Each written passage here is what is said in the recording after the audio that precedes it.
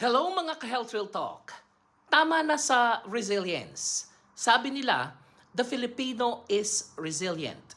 Parang medalya ng karangalan yan sa tuwing may kalamidad, sa tuwing may trahedya, o kahit sa gitna ng pagod at problema. Pero minsan, napapaisip ka rin, hanggang kailan nga ba natin ipagmamalaki ang pagtitiis?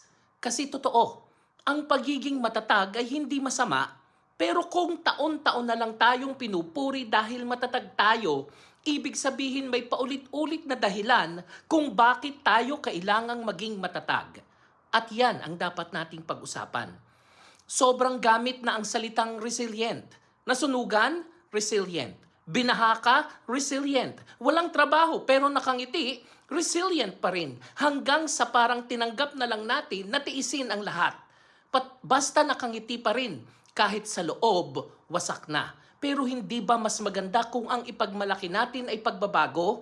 Yung marunong tayong humingi ng tama, yung handa tayong lumaban para sa karapatan, yung marunong tayong magpahinga nang hindi nahihiya at marunong ding umamin na pagod na. Kasi minsan ang sobrang resilient, nagiging sanay na sa sakit. At yun ang hindi healthy. Hindi ka sinilang para lang tiisin ang mundo. Sinilang ka para baguhin ito. So this time, let's redefine strength.